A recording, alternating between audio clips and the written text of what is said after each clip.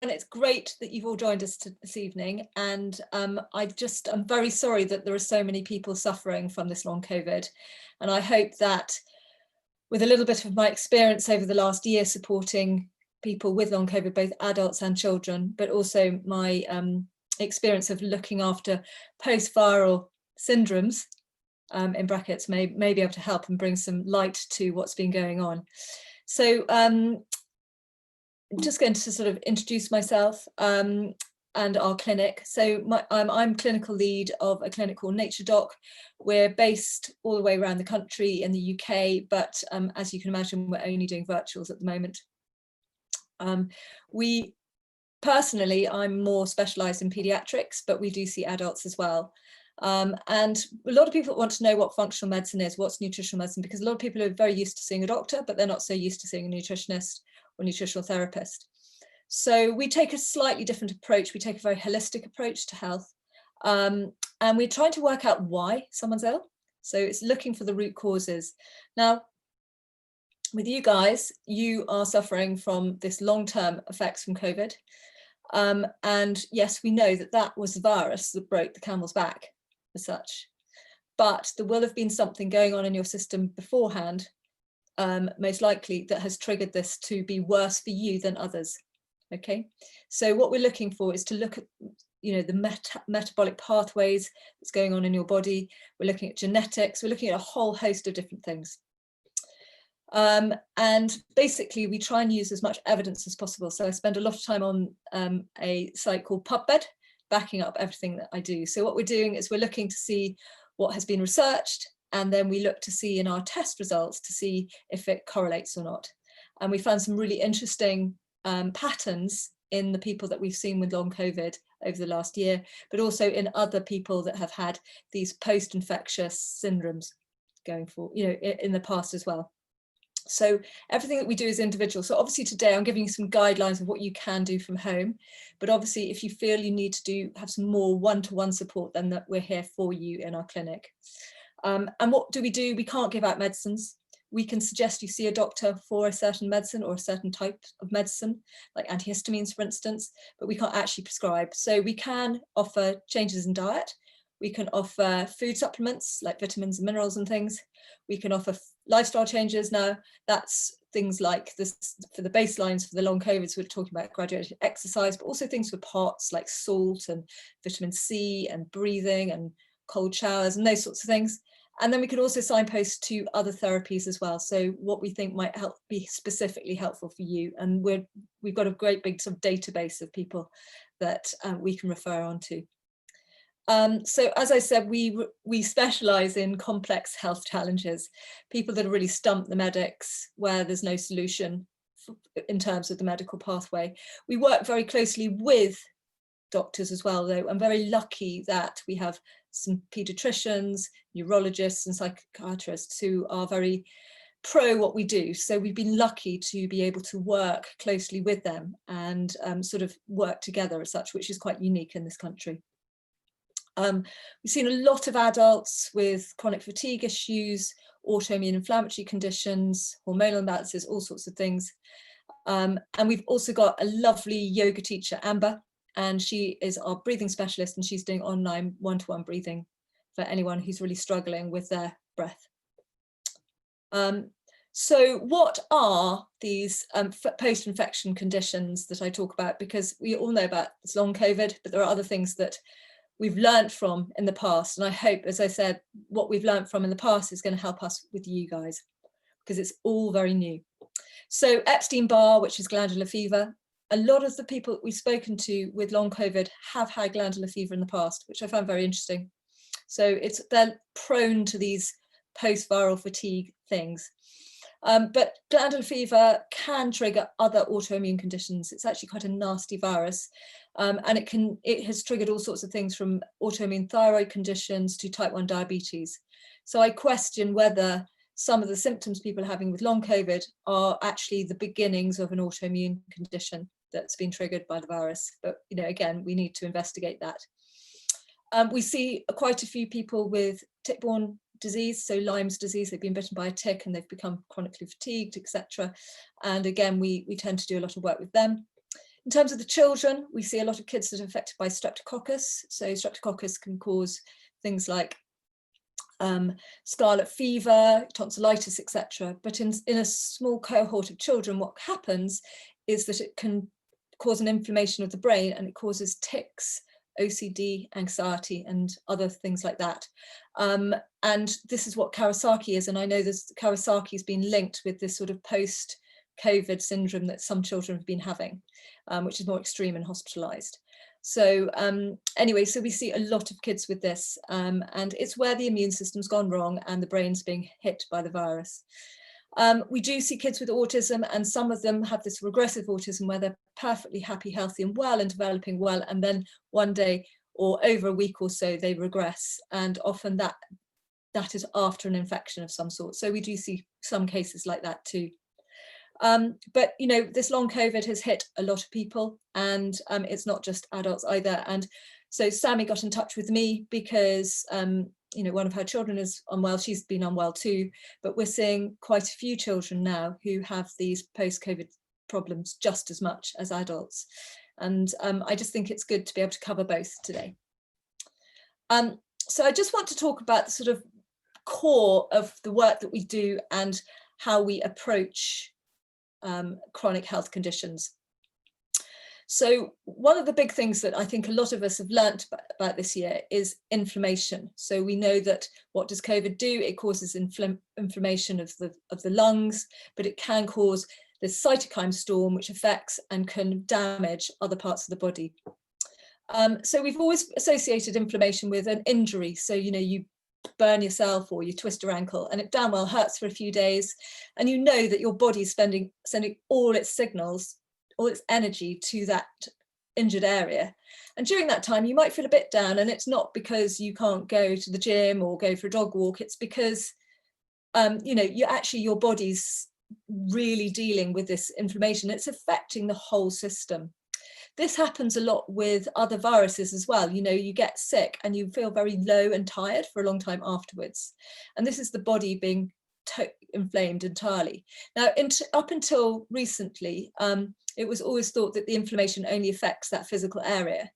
But it's now thought, and this is a book I just want to share with you. He's called Professor Edward Bilmore. He's the head of psychiatry from Cambridge University. So he's a pretty clever guy. And he's found a very strong link between inflammation, infections and mental health problems. So some of the people with long COVID are having quite significant mental health challenges. We're finding that quite a lot in the young. It seems to be affecting their brains more than the older, you know, the adults, but you know, it was these teens. So I'm seeing one lovely girl who the whole family got COVID. She was asymptomatic, but her antibodies were extremely high. And within 2 weeks of that, she had her first psychiatric episode, and she ended up in a psychiatric unit for 6 weeks, which is pretty scary. So, and we've seen this in some of the students this term have had, you know, their flatmates they've all had COVID, and, you know, 1 or 2 of them have ended up with this sort of deep depression. So it can affect the brain. Yeah, it can also lead to neurological presentations. So I was talking about the tics and the twitches and so forth. Now, we know about acute inflammation, but chronic inflammation can build up in the system. And some of the reasons why some people are affected by COVID potentially is because they had some chronic inflammation in their bodies already. So chronic inflammation comes from it's like mini injuries that you have every day. So it could be from a trauma of some sort. So it could be something like a birth trauma or a childhood trauma, parents divorcing, moving house many times, being bullied, etc. That's pro-inflammatory. Infections, we know about that. That's what we're talking about today. Environmental toxins, we're talking about pollution and things like that. Stress and lack of sleep. So there are lots of pro-inflammatory things, but also it's our diet as well. And I think a lot of us have become very reliant on ready-made foods. And I'm not just talking about sort of microwave meals. Everything that we have is in packets now. It's so much easier to grab a packet of soup or a packet of noodles or a packet of biscuits rather than to make them yourselves. And of course, these have got lots of ingredients in there which aren't necessarily food ingredients. They are chemicals that have made the food taste delicious or last on the shelf for 6 months or whatever it might be. And some of these are pro-inflammatory and causing problems. So some of the fake ingredients are things like, you'll often see on the side of a label, modified starches or sweeteners like aspartame or acesulfame K, or preservatives like calcium propionate in bread, or emulsifiers in things like cream cheeses and thick sauces and things like that. So those are all quite pro-inflammatory on the gut. Dehydration is something which, it's really important to drink lots of water.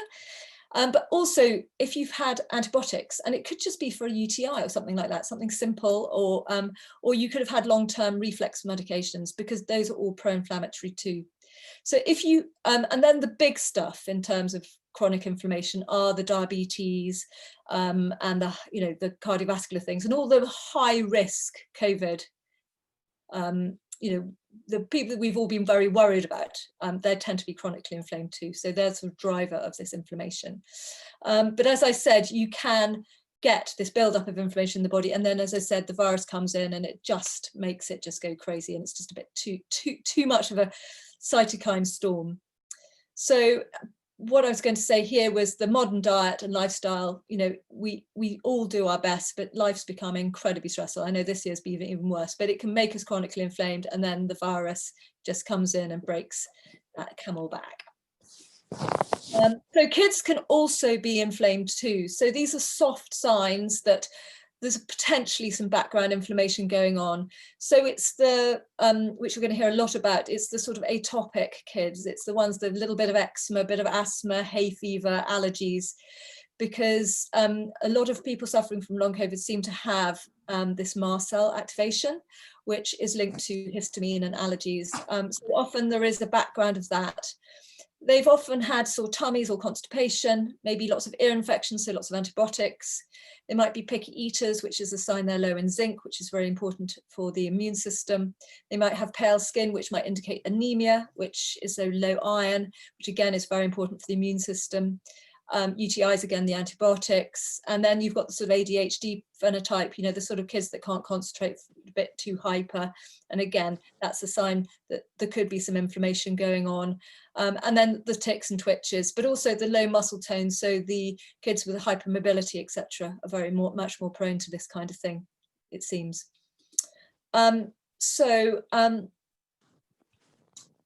There are lots of people, and I'm sure a lot of you today listening in will say, well, I was perfectly happy, healthy and well. I was doing very well. And I've never had a serious health condition. So why am I vulnerable? Or why was I was asymptomatic and now I'm very sick? So first of all, we can assume we're healthy just because we don't need to go to the doctor. But there are things that we can often sort of put up with for a very long time, maybe little indicators there is some inflammation going on in the body. And a bit like the people who suffer from ME and chronic fatigue, often they're the ultra fit, high achieving people. And some of the people that we're seeing are very depleted in their adrenals. They've been just putting themselves under, this high octane life for a very long time, and it's just hit them and they're exhausted. So there's no pointy fingers. We don't really know. I'm going to talk a bit about genetics too, and a lot of the time we spend talking to people about their genetics, and we do find that it's not their fault. Basically, there's something that's been skewed, which means that it's much more likely for them to become inflamed.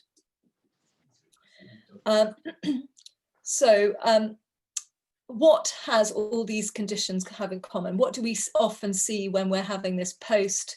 So this is that seminar about long COVID I sent you. Did anyone hear me? Sorry. At the link. Hello. Sorry, I thought someone was trying to say something. So anyway, what do these things have in common? What do these post-infectious issues have in common? Well, often the immune systems become misdirected. So normally when you become ill, you get an infection, your body goes, alert, alert, alert, I'm going to give you a fever, I'm going to give you a cough, whatever it might be. And after a few days, it closes it off and it says, hey, I've had you now, and I'm going to put you in my library and I'm going to say I've had you, and you're never going to come back. But what we find in those that have an autoimmune kind of genetics or phenotype is that what happens is that infection isn't closed off properly. And there are a number of people that we're seeing that have had, they keep on testing positive for COVID many, many weeks later. So I had one client who was testing 12 weeks later positive. It's thought that some people are still having the COVID in their gut many months later. So there are lots and lots of reasons why it may not be closed off and going, because of the genetics and the autoimmunity and so forth. They tend not to close them off. They tend not to put them in the library. Then you've got these upregulated inflammatory pathways. As I said, this can be due to the diet and lifestyle, etc., or genetics. We do know that there's oxidative stress, and every single person that we've tested has had very significant oxidative stress, and it's something we all know about in COVID over the last year, is that this is something that it causes and some of the damage it causes. So this is oxidative stress is basically damage to the cells. Sometimes it hits the heart, sometimes it hits the gut, sometimes it hits the joints, sometimes it's more neurological. It really depends. So that's where we have to assess how high it is and do things about it. Then there's this mast cell activation, which is it's a sort of, as I said, it's the people that a slightly tendency towards allergies. They often tend to be the hypermobile ones as well, because there's a big link between hypermobility, so very hyperflexive muscles, and people who put their joints out very easily and so forth. They tend to be very bendy, so the ones that can do yoga and Pilates. The number of times I have spoken to either the parent or the person that is coming to see us for long COVID, and they will say they're in some kind of in the industry, which is Pilates or yoga or something, and they tend to be quite bendy people generally. And this causes this misfiring of histamine in the body, and the histamine can cause all sorts of problems. So it's causing these rashes that people are getting, but also a lot of fatigue, and it's often causing the POTS, which is this awful feeling of dizziness and feeling you're going to faint, etc., when you stand up. So you have to be very careful at standing up, and it's the imbalance of your blood pressure and pulse that can just completely go out of whack. What else does it have in common? We've got these depleted nutrients that I'm going to talk about a lot. So we all try to eat a really good diet, but actually it's very, very difficult to get it right these days. Our soil is not very replete in vitamins and minerals. As I said, we're over 50% of our shopping trolleys in the UK is ultra processed convenience food. So a lot of the food that we're eating, even if we're even subconscious about it, that we're not eating really nutritious, healthy food. And then, as I said, the main symptom that people complain of is fatigue more than anything. That seems to be the common ground.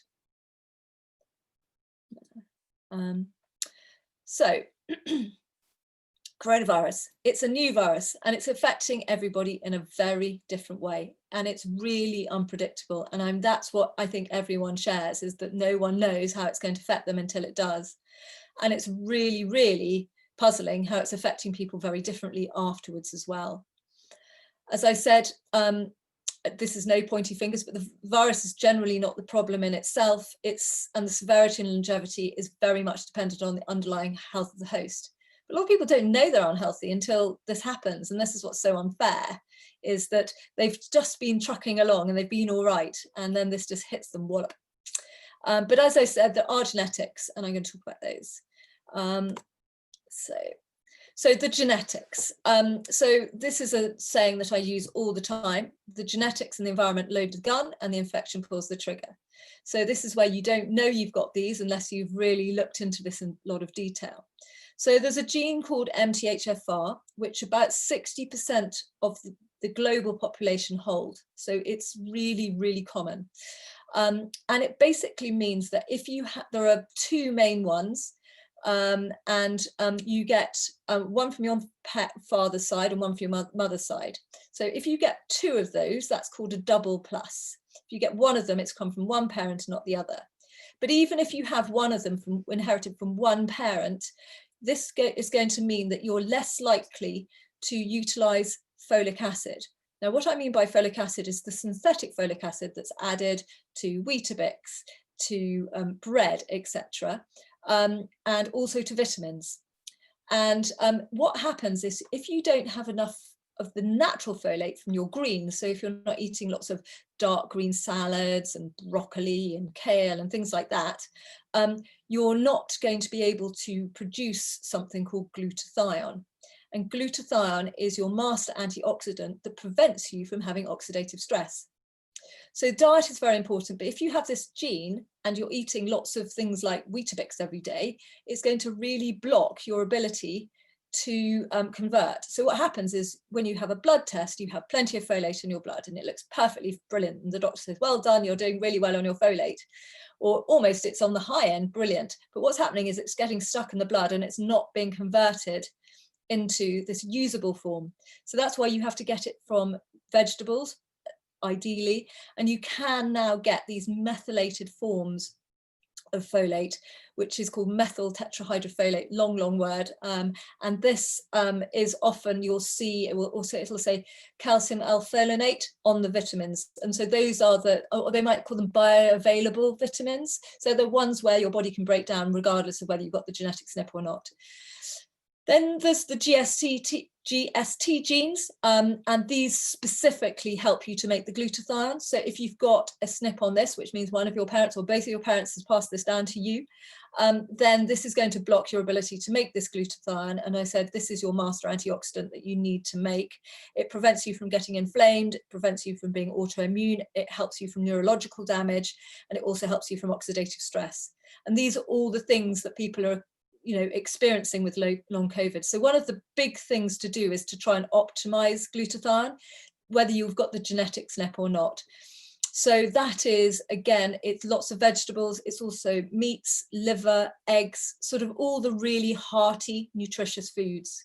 So it's, if you think, okay, what's the most nutritious, dense food? You're thinking nut butters, you're thinking liver, you're thinking eggs, you're thinking lots of green veg, lots of dark berries, cocoa, olive oil. So it's all those really highly nutritious foods can be really, really useful. There's something, so you can get glutathione supplements, but they taste and smell pretty horrible. And some people can't digest them very well. They make them, they're not very, it's not very easy to sort of absorb. So what we tend to do is put something called N-acetylcysteine in instead, which is one step away from making glutathione. So even if the rest is inflamed and not really working, the glutathione pathway, the NAC will help. So that's why you'll see very often in recommendations for long COVID or COVID, there's something called NAC. And NAC is used a lot in Asia for viruses and colds and things. So it's really well tolerated. And for children, you can get berry flavored, apple cinnamon flavored, lemon flavored, etc. So you can get an all plain, which you just put into smoothies or something. So it's flexible. And in extreme cases, some people do have glutathione injections or IV glutathione, but that's something we can't do in our clinic. And then there's a gene called IFNG. And this is something which I have become very, very interested in. And I'm going to share a little bit more about this in a minute. But basically, it's a very pro-inflammatory gene, which is affected very much by viruses and bacteria. And what it does is it affects, there's a tryptophan to kynurenine pathway in your system, which basically utilizes serotonin, so it makes you happy and upbeat, but it also stops you from it also helps you to make this thing called NADH, which is the thing that gives you your ultimate energy, which is ATP in your mitochondria. So what it is basically, if you've got a fault on that pathway, all you need to know is if you've got a fault on that pathway due to a virus or some inflammation, then your body's not going to be making the energy you need to feel well and alive. So we need to work on that pathway. And the things that really, really help that pathway is getting lots of tryptophan in, which is turkey, chicken, etc. But also getting in lots of vitamin B3 and lots of vitamin B6. So if you can get those in, those can fix that pathway whilst the body's dealing with the inflammation. So I just want to talk a little bit about gut health, because a lot of people are having very significant gut issues from COVID. So the microbiome is absolutely one of the most researched areas of health in the last few years, and over 15,000 papers were published on the gut microbiome in 2019, which is massive, linking, all the different microbes in your gut, so all the bugs in your gut, these little bacteria that can dictate so many health outcomes, from Alzheimer's to heart disease to diabetes, etc. Now, there hasn't been masses of research on long COVID specifically yet, but I'm sure there will. And basically, but the most important thing is to ensure that the gut is working well, because the gut is the channel that's going to get all the food that you're eating through to the rest of your body. So what we often find is that someone could be eating the most perfect diet, but if they've got a compromised gut function, so they've always got diarrhea, or they've got constipation, or they've got inflammation, which can be indicated in lots of pain, or just they get reflux, or just everything feels like there's indigestion, then that might compromise their ability to digest and absorb their nutrients. And then, of course, that's going to compromise all the rest of the pathways. So you're not getting enough folate, B6, B3, etc. So you can have, as I said, the best diet in the world. So it's very important to try and work on that gut. And that can be through probiotics. It can be from eating lots of fruits and vegetables, which help to build the microbiome.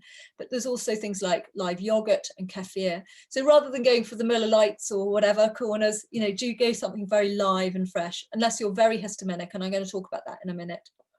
But I'm seeing long COVID as a sort of almost autoimmune inflammatory condition. Very much the background is that there can be this leaky gut. And I think that what's happening is that the virus has caused great damage to the gut, and it's now leaky, which means that toxins and undigested particles are going into the gut, through the gut, into the bloodstream. And in that area of the gut, there are all your immune cells, and they'll go alert, alert, alert, alert, alien, alien, alien. And basically that's where you get these allergic reactions, or the histamine goes crazy and people feel very ill and weak, having eaten something, or just even experienced a chemical sensitivity. Someone might spray some scent somewhere, or they might be using a household cleaner. It might make you feel very overwhelmed. So a lot of people have found that they've become very sensitive to chemicals. And so one step that you can do to help with your healing is to every time you run out of something in the house, is to get something more natural. So you might want to go for an eco cleaner rather than your Cif or whatever. And also your washing powders and all of that kind of thing. And also your face products and your shower products and things to try and bring the chemicals down, because those can overwhelm the system whilst it's not feeling very well. Okay, so what do we find when we do stool testing? We often find that the pancreas is not producing enough enzymes to break down the food. So as I said, however good your diet is, sometimes the food's not getting through. You've got some chronic gut inflammation. So if you've got a background of IBS or whatever, that might be why you're feeling a bit weak and wobbly. Very often there's a low beneficial bacteria. So that's where the good guys are like the kefirs and the yogurts, etc. This is especially so if you're dairy free. So a lot of the people who've decided to cut out dairy for whatever reason might find that one of the reasons is they're very low in lactobacillus, and lactobacillus is very important to keep you cool, calm, but it also helps with brain. So a lot of people experience brain fog.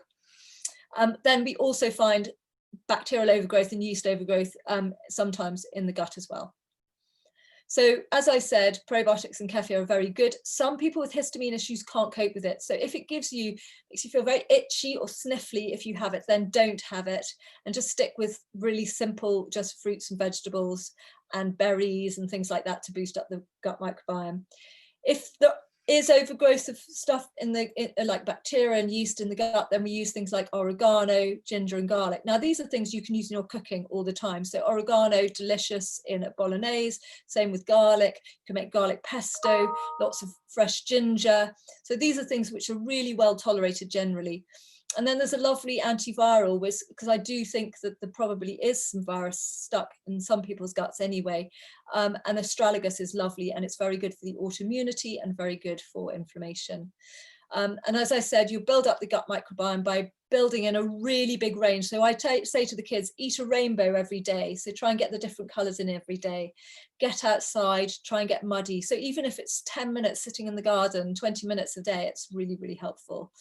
and open up your windows, because I found that I'm sure I had COVID and I couldn't breathe very well for about a month, and the relief of being outside, I just spent a lot of time just sitting on my bench just breathing and breathing and breathing. So I experienced that, and it made such a difference, and that's why Amber's helping so many people in my team with the breathing exercise, because a lot of people just can't get it, you know, it's really hard to do, and she's really talented. So we talked about oxidative stress, and so, yeah, as I said, you know, the oxidative stress, it clogs up the cells and it just makes them not function. And that's why we don't have enough energy. It really, really struggles to make the energy. So imagine all your cells like little rusty wheels, and even the kiddies get this too. And we see it a lot, sadly. We do the tests and we find that oxidative stress through the roof. So I've talked about the glutathione, and as I said, getting lots and lots of veggies and bright colors in, and you know, it's okay to go for the superfoods, you know, the goji berries and all of those sorts of things, and acai berries and things like that. So make smoothies. It's all these things are going to be really helpful. Turmeric's great. Green tea can be very helpful for some. Okay. So I've talked about the genetics, and then what else can help with the oxidative stress. So as I said, the folates, so all the greens and the B12s. Now, clams and liver are the best two B12 foods. So if you can't afford lots of supplements, then those are the two foods to have. And I know it's not very popular, but a chicken liver pate is not, you know, you can buy that in the supermarket. You don't need to do anything. It's there, it's made, and some people really like it for lunch. I've talked about the folic acid. I've talked about eating the rainbow. And as I said, it's okay to have chocolate. And actually, there was a brilliant paper, gosh, quite a long time ago, I'd say about 10 years ago, on some cases of people with chronic fatigue. And the way they got out of it was eating half a bar of dark, like 85% chocolate every day. So if you're feeling really fatigued, give it a go and see what happens. But have it at the beginning of the day, otherwise the caffeine might keep you awake at night. But it's worth giving it a shot. There's the active honeys as well that are antimicrobial, lots of antioxidants. So go for the Manukas, and there's one called Jara, which I think is better for the children because it tastes of butterscotch, so it's not quite so medicinal.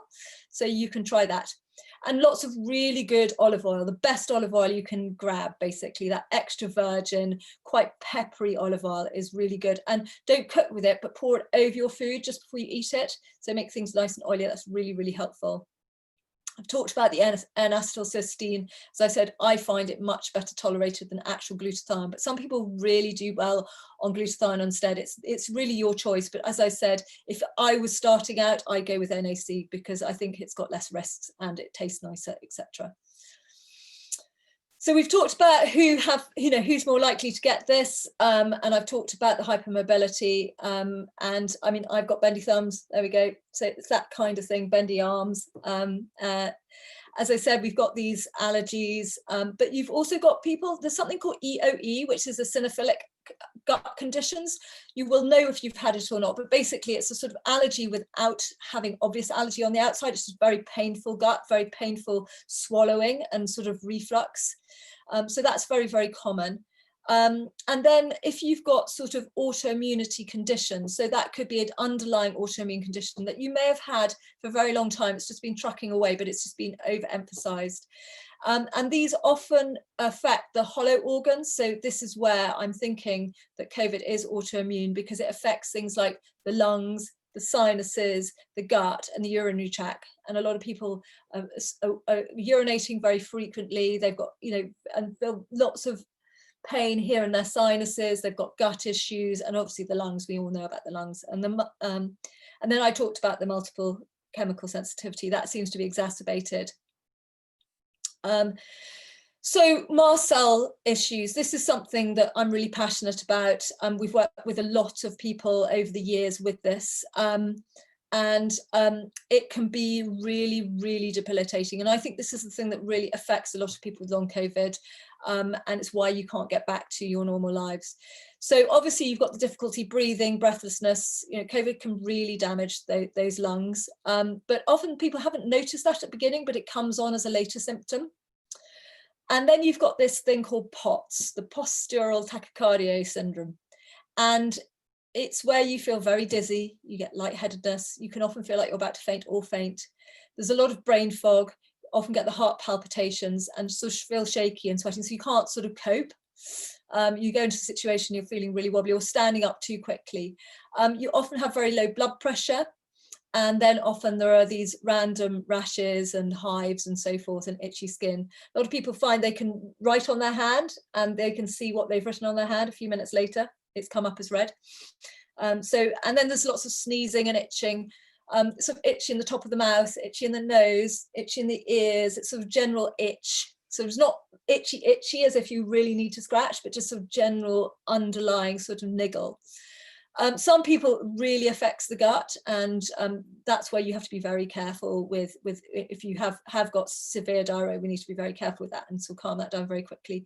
Some people just say that they've always had menstrual cramps as one of the background sort of little symptoms they put up with over the years, which also tie in with some of this. So if you know, that might mean that this could be a histamine issue. As I said, the chemical sensitivity seems to be worse, and everyone seems to be really, really tired with mast cell activation. So what do you do about that? So to stop all the dizziness and things, we need lots and lots of salt. Now, I think the rest of the world says, avoid salt, salt's bad, salt's, you know, not good for the heart and so forth. Salt's not good for the kidneys. Now, obviously, you don't want to have high blood pressure, but if you're typically a low blood pressure person, especially whilst you're feeling ill, you will need some salt, and quite a lot of it too. And it's the solution to POTS. Is one of the solutions is to get salt.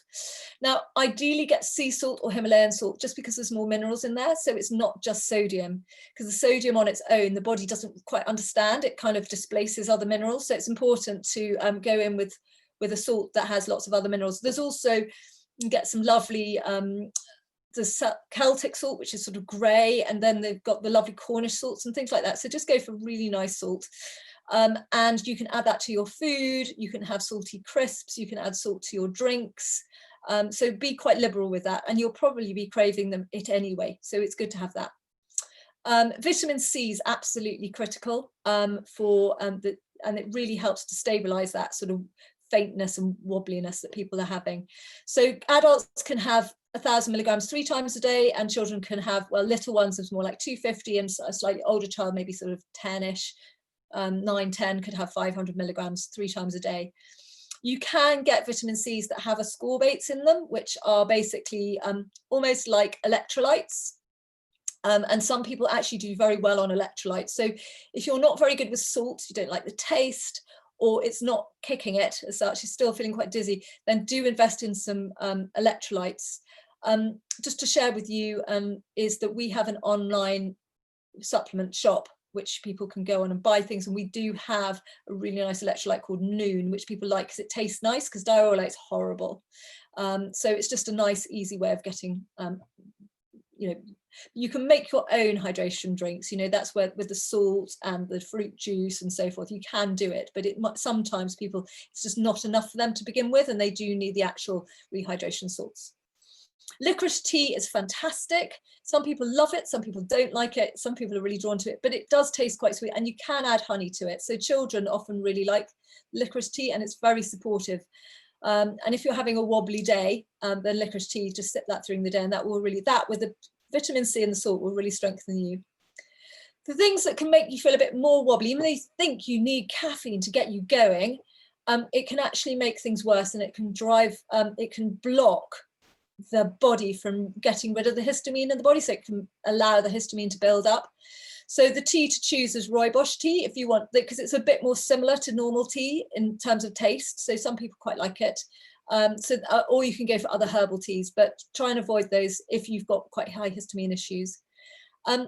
One tip that I always have is try not to have fruit on your own, because a lot of people love to have fruit because they think it's healthy, but actually on its own, and if you've got this POTS kind of phenotype, it's going to make you feel much more wobbly because the sugar on its own is just too much. So pair it with some protein and fat. So have some nut butter to hand, or some hummus, or a chunk of cheese as well at the same time, and that will help to stabilize that snack and make you feel a bit more energized. Or have some salt with it as well. So as I said, all of those can be potentially a little bit salty. And again, breakfast, a lot of people choose to have cornflakes or cereals for breakfast, and those are very high carbohydrate, but also are not very good for this type of phenotype. It will make you feel a bit wobbly, maybe eat half an hour, 45 minutes after eating it. So if you want to feel stronger in the day, go for something a bit more substantial at breakfast.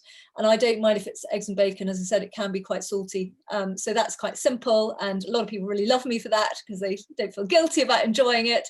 But buttery scrambled eggs, or even a porridge. And what we do is we put a lot of nut butters in the porridge. And one thing I learned last year, which has just changed our breakfast at home, is I crack an egg into the porridge and when I cook it. And of course, it gives you some protein and some fat, but you can't taste the egg. So it's quite good for kiddies who are not so keen on their eggs, or if you're not so keen on actually eating eggs. So how do you stop the mast cell symptoms? Now, I do think that it's important that if you recognize this in you, that you do go and see your GP and you do talk to them about prescribed antihistamines, because they do need to come together. As I said, I'm not a doctor, so I can't advise on that.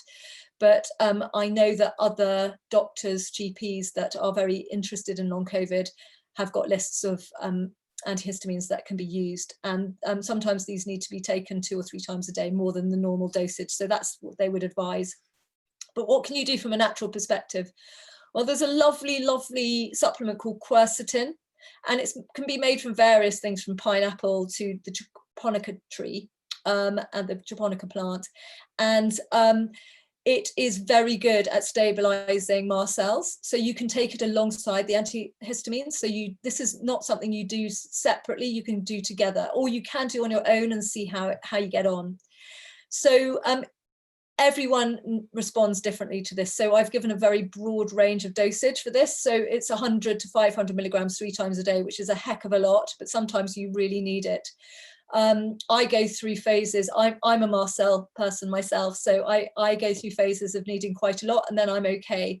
And it's quite dependent on what I'm eating and where I am. So when it's damp, I'm worse. When it's dry in the summer, I'm really good with, and I don't seem to have the symptoms so much. But I do take quercetin every day, and I'm sure that's what's saved me from getting a really nasty bout of COVID earlier in the year, because I was taking it anyway. Kiddies can take 100 to 200 milligrams, again, 2 to 3 times a day. And sometimes we do go higher. It depends on their symptomology. Then there's Epsom salts, which are magnesium sulfate. And these are flakes that you put in your bath, and they are amazing. And they are brilliant at, basically the magnesium is really needed in the sort of type of person that has hypermobility or collagen issues or any kind of fatigue, and it's very relaxing. And a lot of people find it makes their sleep better, because a lot of people, their sleep is disrupted when they have this long COVID. They find their whole circadian rhythm is sort of out of sync. So this is lovely, relaxing, but it also, the sulfate in it is very good at reducing the histamine issues. So it's very good at bringing down that histamine. So you basically put in a warm bath and soak for 20 minutes. So it's best therapy ever. So you do that before bed and you'll feel great. Often people do need more magnesium on top of that, and signs that you need more magnesium, things like if you're constipated, if you're getting aches and pains, and so forth, or headaches. So you can go quite high with magnesium. The side effect of having too much magnesium is a loose bowel. So if you get runny tummy, cut back. But if you're still a bit sort of difficult to pass and so forth, then you can probably go with more. But that's a really helpful. I like the bisglycinate form because it's part of the pathway that helps. I was talking about the tryptophan to kynurenine pathway. It's really, really helps that pathway, and it helps also the glutathione pathway. So that's why I choose that particular magnesium.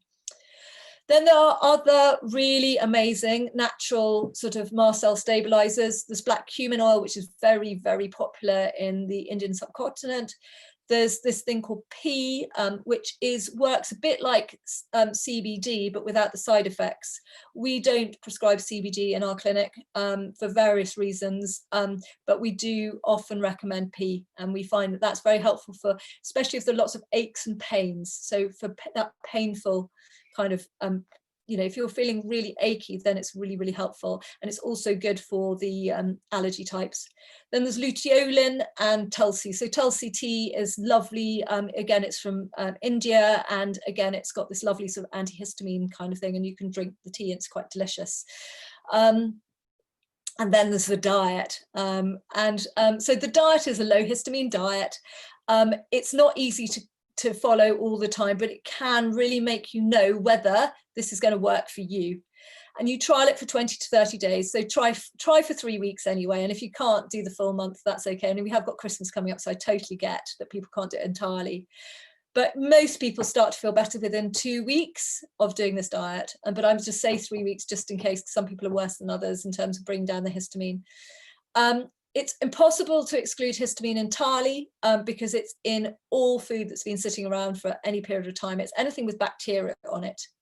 Some people really can have a little bit of histamine and be absolutely fine, and others can't touch any for ages, and it makes them feel very weak and wobbly. So it's really, we have to slightly gauge it with you. And often what happens is you eat a food and you feel absolutely fine, and then a few hours later you start getting, I know, the rashes or the runny nose or the itching or the fatigue or the, feeling very tired or dizzy. And those can often happen before bed or when you wake up in the morning. So people are generally better during the day and worse at those periods of times. And that's another sign it could be high histamine. So what are high histamine foods? Unfortunately, some of the very healthy foods. So we're looking at tomatoes, avocados, spinach, bananas, peanut butters, cashews, and then the kefirs and yogurt. So there's some of the things that people often think, oh, I'm not feeling very well, I'll go and get because it's healthy, hey? But actually they can make you feel worse. And also there are the aged, the aged cheeses, so the things that say mature cheddar or anything that's sort of old or aged, and very aged hams and meat that's been hung for ages. All those things that have been able to create bacteria aren't well suited. So you need to go for very fresh chicken, fresh fish, or get it frozen, like frozen fish, and cook it straight from scratch, straight from frozen. And unfortunately, if you do have leftovers, put them straight in the freezer rather than to have them sitting out, because they can gather bacteria too. The things that, and again, things like sauerkraut, a lot of people say, oh, I've got to have lots of fermented foods because I'm feeling grotty and I'm feeling ill, and sometimes it can make things worse. So if you feel worse after eating those things, so avocado makes me feel very, very itchy and sniffly, and just very, very sort of, if I have too much, I can have little bits, but not all the time. So it's about a build up rather than what you're eating. So a true allergy is you wouldn't be able to even touch a nut and you'd have some awful anaphylactic shock or some awful allergic reaction. With this, it's more it builds up because the body's not breaking down the histamine in the gut. The good things that are really good natural antihistamines that help to reduce the histamine in the gut are lots of apples, red peppers, red onions, and broccoli. So try and get lots of those in each day if you can. And that could go in a omelette at breakfast. You can have red peppers and red onions in an omelette. You can have them in salads. You can, just try and get them in as much as possible. And then a lot of people say, look, I love dairy. I want to have some dairy. I can't have this. What would you recommend? And generally, and some people can't do dairy at all. It makes them very histaminic, but a lot of people can have the fresh dairy. So it's the cream cheeses, the cottage cheeses, the halloumis, the fettas, all the things that haven't been aged, they're fresh as. So those are good. And again, nuts, people say, look, I need to have some nuts. I need, maybe they don't eat meat or fish and they need some sort of protein. And again, almonds and Brazil nuts are lower histamine. And then seeds are great. So pumpkin seeds, sunflower seeds, chia seeds, flax seeds, all of those kinds of things are great to have. So when we see people in our clinic with very complex long COVID issues or any kind of complex issue, we generally run a urine test, and people always want to know, what do we do?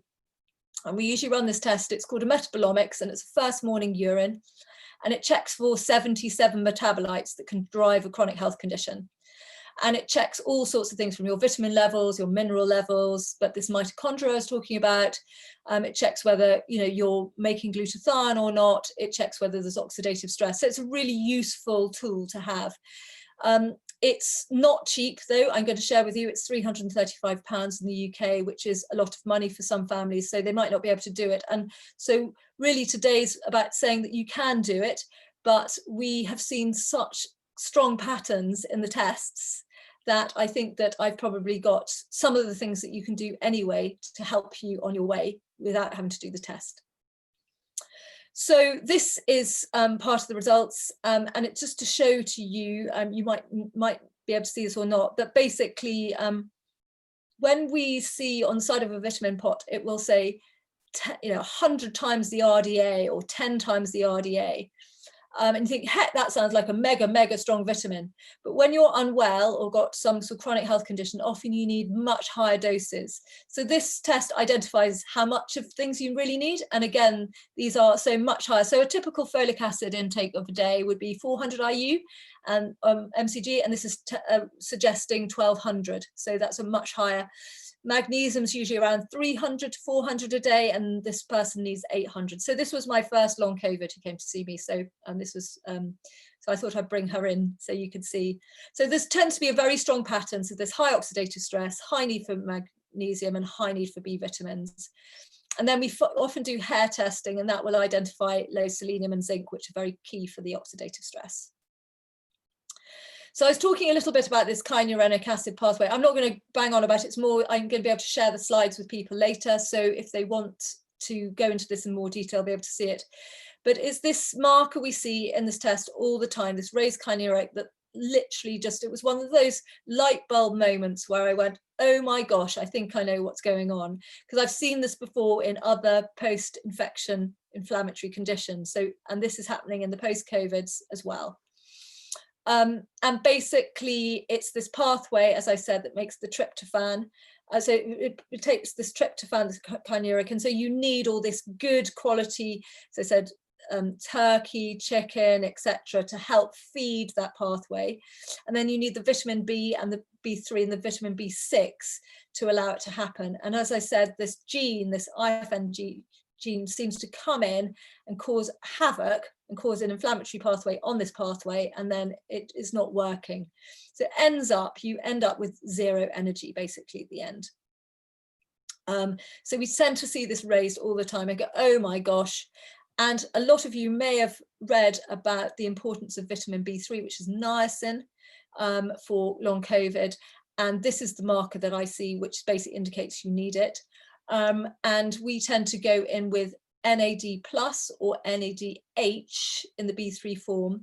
And the reason we do that is because that's the very last step before ATP is made, which is the energy that we basically extract from the nutrients we eat in the mitochondria. So basically, that's why I suggest that you go in with NAD plus, which is for adults, and then I tend to go for NADH, which is in drop form for the children. So I've talked about this in a bit more detail here, and just the dosages and so forth, and what children can take. And so in case you can't see the slides, in terms of adults, we're looking at 100 to 500 milligrams of the NAD plus, and then for the children, the NADH, it's 1 to 3 milligrams. And then with the B6, again, you need quite high amounts. So that's 30 to 100 milligrams a day, and children can take up to 30 milligrams. Well, that's quite a young child. I would put a slightly older child on 40 to 50 milligrams maybe. But if you start getting tingling or vivid dreams, then you cut back. So that's the way to know that you've got too much B6, but that takes ages to kick in usually with the chronic ones. So yeah, I've talked about the tryptophan, but there are other foods as well. I talked about turkey and chicken, but there's beef and pork. There's also tofu for the vegetarians, and eggs. There's cheese, milk, fish, chocolate again has come up, chickpeas, peanuts, pumpkins, sesame seeds. So it's all these very high nutrient, highly dense nutrient foods basically are very important. Then people have heard a lot about zinc and why zinc's so important. So zinc's got antiviral properties, so it's great. It's also very important for supporting neutrophil production, which is our white blood cells, which help to give us a good immunity. It's also a really key building block for our gastric juices. So it really helps us to digest and absorb our nutrients. And those that have chronic gut issues from COVID, I always get them on zinc. It's often depleted in the teens and the tweens, so those that are just about to go through puberty or going through puberty, because you need a lot of zinc to build your hormones, and when you're going through puberty, so a lot of the kids are depleted, and not many kids are into their seafood, nuts, seeds, green veggies and whole grains. They're more interested in pizza, aren't they? So that's why they're often very depleted. This isn't a clinical sign, but you can occasionally see white spots on the nails, and that might indicate there's a zinc deficiency. So that's where you can go and get more, and your GP will run a zinc test if you want to. They can do a blood test to check to see whether you're low in zinc. It's also very important for wound healing, and a lot of people find that they've got these persistent sort of they've hurt themselves and just haven't recovered from that. So a lot of people are having really poor wound healing as well. So it's helpful for that. Everyone's heard about vitamin D. I think you'd be living under a rock if you hadn't heard about vitamin D and how it's important for the immune system this year. But why is vitamin D so important? Because it feeds the brain, it feeds the immune system, and it also feeds the gut. So it's really important if someone's got any neurological issues, obviously low immune system, but also any of the gut issues. So vitamin D is critical. It's anti-inflammatory. It's very good at helping to reduce the prevalence of infections and allergies and autoimmunity in children. So if you've got young kids, even if you've got young kids who are not affected by the COVID, I would still get them on vitamin D every winter. We just don't have enough sun in the UK, full stop. And now we may have an international crew listening in tonight. I don't know who's listening in, but basically in the UK, it's pretty, it gets dark by 4:30 and we don't have enough sun in the winter. So that's why the government have recommended we all take vitamin D during the winter, but you do need to take a little bit more than normal. So I would say that kids can take up to 2,500 international units a day, whereas the normal sort of kiddie vitamin D is about 400, and adults can take 5,000. And again, normally the adult one's around 1,000. So you can take a lot more. It's pretty difficult to overdose, but you do need to be careful you don't take much more than that, unless you've had specific blood tests to show that you're extremely low in your vitamin D. And that would only be for a very short period of time. So the doctors give 20,000 IU a week instead. So they kind of, and if you're sit in the sun for 20 minutes, you get the equivalent of about 10,000. So again, these are quite moderate. If you think about it, if you sat in the sun and get 10,000, then taking 1,000 isn't actually that much in the winter. And then there's selenium. Selenium's really important, as I said, for this oxidative stress, to get those cells to be working again. But also there's a lot of people who are getting sort of thrombotic issues, heart issues, cardiovascular issues, sticky blood. Now, how to spot sticky blood in your blood tests? If you've had blood tests done, look for something called ESR, which is an inflammatory marker. Now, you're expecting that to be high if you're inflamed, but actually what we're finding is it tends to be quite low. So anything under 4 would mean that you potentially have sticky blood. The other thing is if the platelets are high. So again, if you look at your blood tests and your platelets are high, then that indicates that there could be some sticky blood as well. So other things for sticky blood that you can help are fish oils and also lots of pomegranates. So pomegranate seeds and pomegranate juice and things like that are really, really good.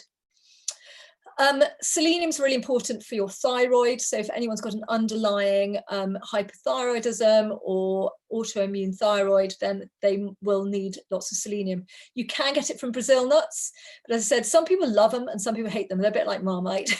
So, you either do or you don't. But if you can get it originally, as I said, they tend to be low histamine and good sources of selenium. It's one less pill to think about. And adults can take about 200 international units a day and kiddies about 100. But as I said, the Brazil nuts are just as good if you're into that.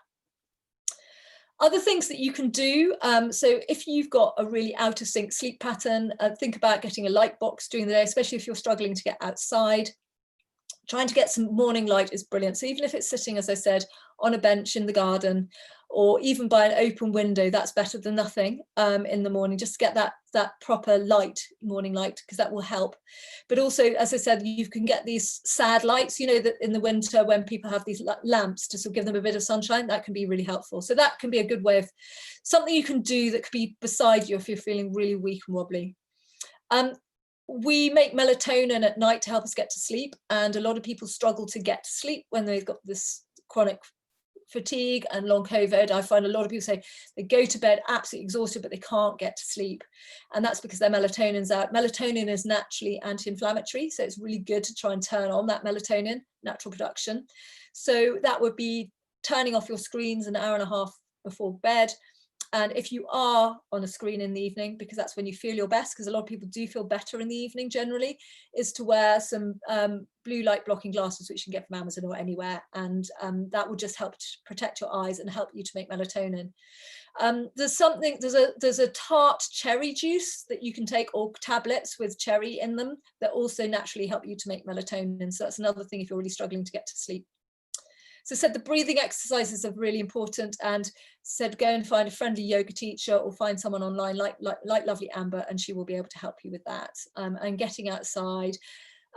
There's a guy called Wim Hof who's become very popular at the moment. He's written a book and he talks about cold showers and cold swimming. And I would say a lot of people that I've spoken to with long COVID have really, really felt much better in cold water.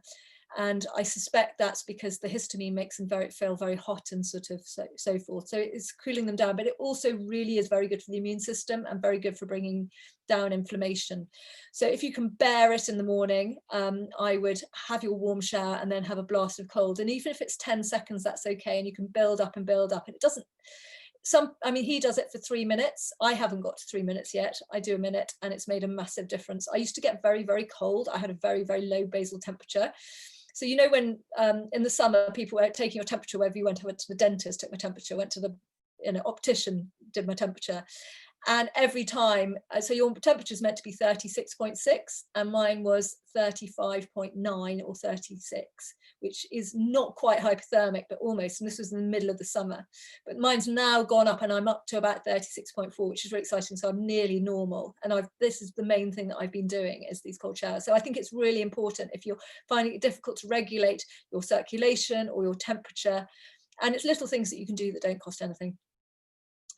And then exercise, I think everyone's heard about this graduated exercise. It's damn hard. I mean, some people literally can't even walk to the bathroom without feeling really depleted. But just try and exercise within 85% of your energy battery. So, you know, think, what can I normally do and reduce that by a little bit and try not to push it beyond that. So try and push it so you don't do nothing, but each day go up a little bit, and that can really, really help. But the graduated exercise, I'm talking, that can take months to even build up to a half an hour walk.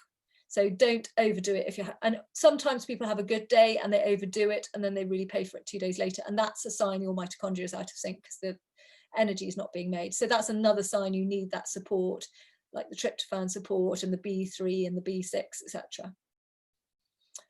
So anyway, I've just done this summary. I've talked about all of these already, but just in case someone just needed us, you know, like a screenshot or wanted to know what to take, I've just put that on with all the vitamins and things I've been talking about and the dosages.